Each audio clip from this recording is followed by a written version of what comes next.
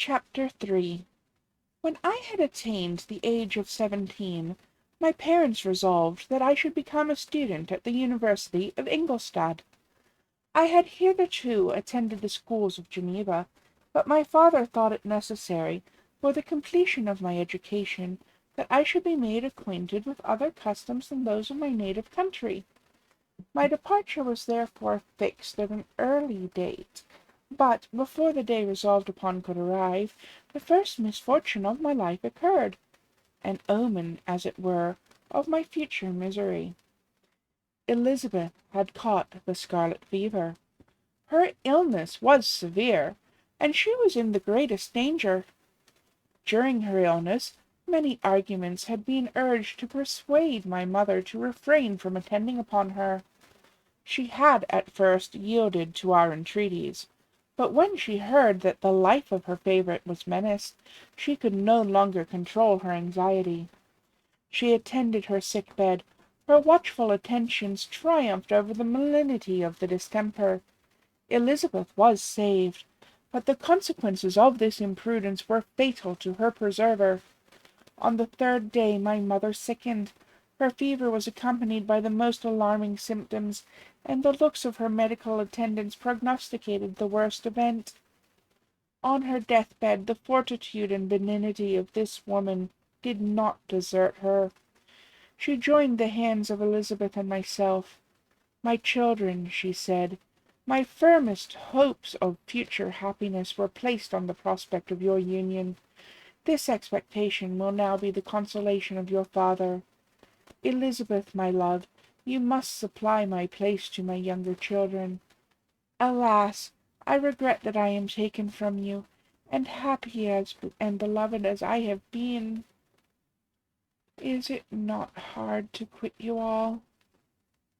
But these are not thoughts befitting me. I will endeavour to resign myself cheerfully to death, and will indulge a hope of meeting you in another world." She died calmly, and her countenance expressed affection even in death. I need not describe the feelings of those whose dearest ties are rent by that most irreparable evil, the void that presents itself to the soul, and the despair that is exhibited on the countenance. It is so long before the mind can persuade itself that she, whom we saw every day, and whose very existence appeared a part of our own, can have departed forever, that the brightness of a beloved eye can have been extinguished, and the sound of a voice so familiar and dear to the ear can be hushed, never more to be heard. These are the reflections of the first days, but when the lapse of time proves to the reality of the evil, then the actual bitterness of grief commences. Yet from whom has not that rude hand rent away some dear connection? And why should I describe a sorrow which all have felt and must feel? The time at length arrives when grief is rather an indulgence than a necessity, and the smile that plays upon the lips, although it may be deemed a sacrilege, is not vanished. My mother was dead, but we had still duties which we ought to perform, and we must continue our course with the rest, and learn to think ourselves fortunate, whilst one remains whom the spoiler has not seized.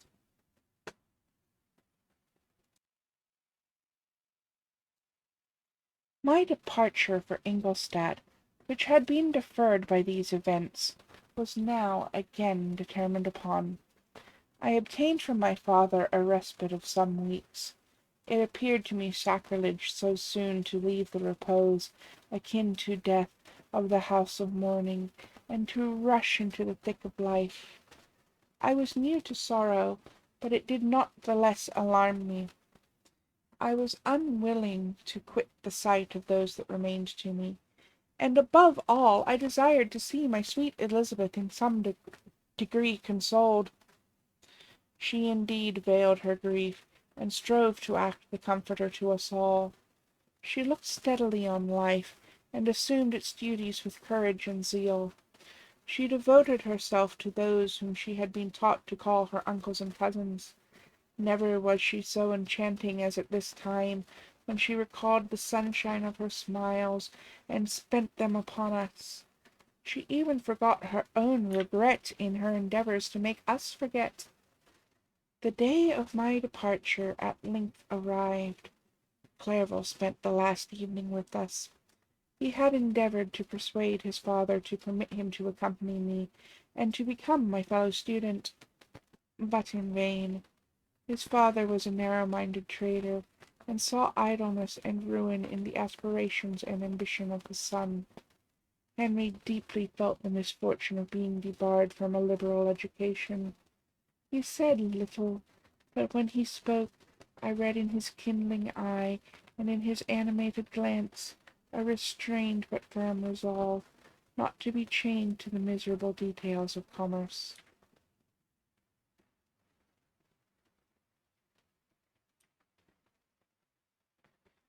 We sat late. We could not tear ourselves away from each other, nor persuade ourselves to say the word farewell. It was said, and we retired under the pretence of seeking repose, each fancying that the other was deceived. But when at morning's dawn I descended to the carriage which was to convey me away, they were all there. My father again to bless me, Clerval to press my hand once more, my Elizabeth to renew her entreaties that I would write often, and to bestow the last feminine attentions on her playmate and friend. I threw myself into the chaise that was to convey me away, and indulged in the most melancholy reflections. I, who had ever been surrounded by amiable companions, continually engaged in endeavoring to bestow mutual pleasure, I was now alone. In the university, whither I was going, I must form my own friends, and be my own protector. My life had hitherto been remarkably secluded and domestic, and this had given me invincible repugnance to new countenances. I loved my brothers, Elizabeth and Clerval. These were old familiar faces, but I believed myself totally unfitted for the company of strangers. Such were my reflections as I commenced my journey, but as I proceeded, my spirits and hopes rose. I ardently desired the acquisition of knowledge. I had often, when at home, thought it hard to remain during my youth cooped up in one place, and had longed to enter the world and take my station among other human beings. Now my desires were complied with, and it would indeed have been folly to repent. I had sufficient leisure for these and many other reflections during my journey to Ingolstadt, which was long and fatiguing. At length the high white steeple of the town met my eyes. I alighted, and was conducted to my solitary apartment, to spend the evening as I pleased. The next morning I delivered my letters of introduction, and paid a visit to some of the principal professors. Chance, or rather the evil influence, the angel of destruction, which asserted omnipotent sway over me from the moment I turned my reluctant steps from my father's door, led me first to Mr. Crimp, a professor of natural philosophy. He was an uncouth man, but deeply imbued in the secrets of his science. He asked me several questions concerning my progress in the different branches of science appertaining to natural philosophy. I replied carelessly, and, partly in contempt, mentioned the names of my alchemists as the principal authors I had studied. The professor stared. "Have you," he said, "really spent your time in studying such nonsense?" I replied in the affirmative. "Every minute," continued M. Crump with warmth, "every instant that you have wasted on those books is utterly and entirely lost. You have burdened your memory with exploded systems and useless names. Good God, in what desert land have you lived, where no one was kind enough to inform you that these fancies, which you have so greedily imbibed, are 1,000 years old, and as musty as they are ancient? I little expected in this enlightened and scientific age to find a disciple of Albertus Magnus and Paracelsus. My dear sir, you must begin your studies entirely anew." So saying, he stepped aside, and wrote down a list of several books treating of natural philosophy, which he desired me to procure, and dismissed me, after mentioning that in the beginning of the following week he intended to commence a course of lectures upon natural philosophy in its general relations, and that M. Waldman, a fellow professor, would lecture upon chemistry the alternate days that he omitted. I returned home, not disappointed, for I have said that I had long considered those authors useless whom the professor reprobated. But I returned, not at all the more inclined to recur to these studies in any shape.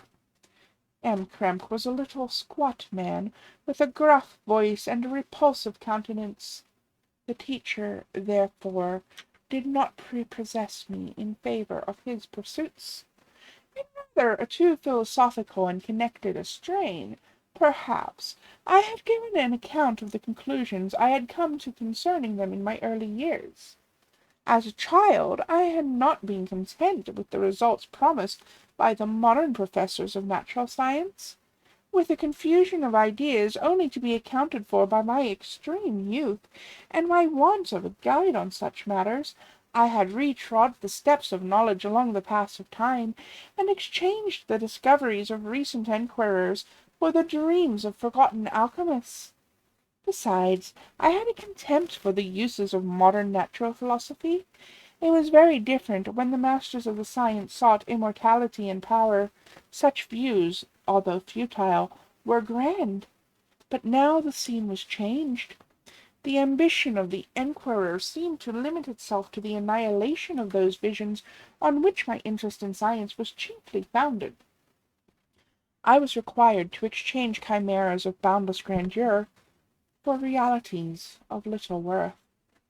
Such were my reflections during the first 2 or 3 days of my residence at Ingolstadt, which were chiefly spent in becoming acquainted with the localities and the principal residents in my new abode. But as the ensuing week commenced, I thought of the information which M. Krempe had given me concerning the lectures, and although I could not consent to go and hear that little conceited fellow deliver sentences out of a pulpit, I recollected what he had said of M. Waldman, whom I had never seen, as he had hitherto been out of town. Partly from curiosity, and partly from idleness, I went into the lecturing-room, which M. Waldman entered shortly after. This professor was very unlike his colleague. He appeared about 50 years of age, but with an aspect expressive of the greatest benevolence. A few grey hairs covered his temples, but those at the back of his head were nearly black. His person was short, but remarkably erect, and his voice the sweetest I had ever heard. He began his lecture by a recapitulation of the history of chemistry, and the various improvements made by different men of learning, pronouncing with fervour the names of the most distinguished discoverers. He then took a cursory view of the present state of the science, and explained many of its elementary terms. After having made a few preparatory experiments, he concluded with a panegyric upon modern chemistry, the terms of which I shall never forget. "The ancient teachers of this science," said he, "promised impossibilities, and performed nothing. The modern masters promise very little. They know that metals cannot be transmuted, and that the elixir of life is a chimera. But these philosophers, whose hands seem only made to dabble in dirt, and their eyes to pore over the microscope or crucible, have indeed performed miracles. They penetrate into the recesses of nature, and show how she works in her hiding-places. They ascend into the heavens. They have discovered how the blood circulates, and the nature of the air we breathe. They have acquired new and almost unlimited powers. They can command the thunders of heavens, mimic the earthquake, and even mock the invisible world with its own shadows." Such were the professor's words. Rather, let me say, such the words of fate, enounced to destroy me. As he went on, I felt as if my soul were grappling with a palpable enemy. One by one the various keys were touched which formed the mechanism of my being. Chord after chord was sounded, and soon my mind was filled with one thought, one conception, one purpose. "So much has been done!" exclaimed the soul of Frankenstein. "More, far more will I achieve. Treading in the steps already marked, I will pioneer a new way, explore unknown powers, and unfold to the world my deepest mysteries of creation." I closed not my eyes that night. My internal being was in a state of insurrection and turmoil. I felt that order would thence arise, but I had no power to produce it. By degrees, after the morning's dawn, sleep came. I awoke, and my yesternight's thoughts were as a dream. There only remained a resolution to return to my ancient studies, and to devote myself to a science for which I believed myself to possess a natural talent. On the same day I paid Mr. Waldman a visit.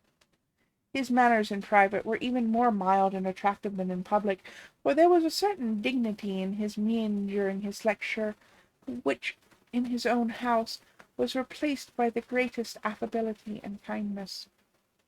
I gave him pretty nearly the same account of my former pursuits as I had given to his fellow professor.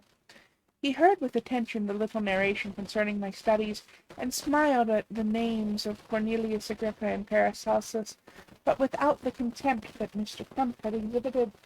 He said that these were men to whose indefatigable zeal modern philosophers were indebted for most of the foundations of their knowledge. They had left to us an easier task, to give new names and arrange in connected classifications the facts which they in a great degree had been the instruments in bringing to light. The labours of men of genius, however erroneously directed, scarcely ever fail in ultimately turning to the solid advantage of mankind. I listened to his statement, which was delivered without any presumption or affectation, and then added that his lecture had removed my prejudices against modern chemists. I expressed myself in measured terms, with the modesty and deference due from a youth to his instructor, without letting escape inexperience in life would have made me ashamed any of the enthusiasm which stimulated my intended labours. I requested his advice concerning the books I ought to procure. "I am happy," said Mr. Waldman. "You have gained a disciple, and if your application equals your ability, I have no doubt of your success. Chemistry is the branch of natural philosophy in which the greatest improvements have been and may be made. It is on that account that I have made it my peculiar study. But at the same time I have not neglected the other branches of the science. A man would make but a very sorry chemist if he attended to that department of human knowledge alone. If your wish is to become really a man of science, and not merely a petty experimentalist, I should advise you to apply every branch of natural philosophy, including mathematics." He then took me into his laboratory, and explained to me the uses of his various machines, instructing me as to what I ought to procure, and promising me the use of his own when I should have advanced far enough in the science not to derange their mechanism. He also gave me the list of books which I had requested, and I took my leave. Thus ended a day memorable to me. It decided my future destiny.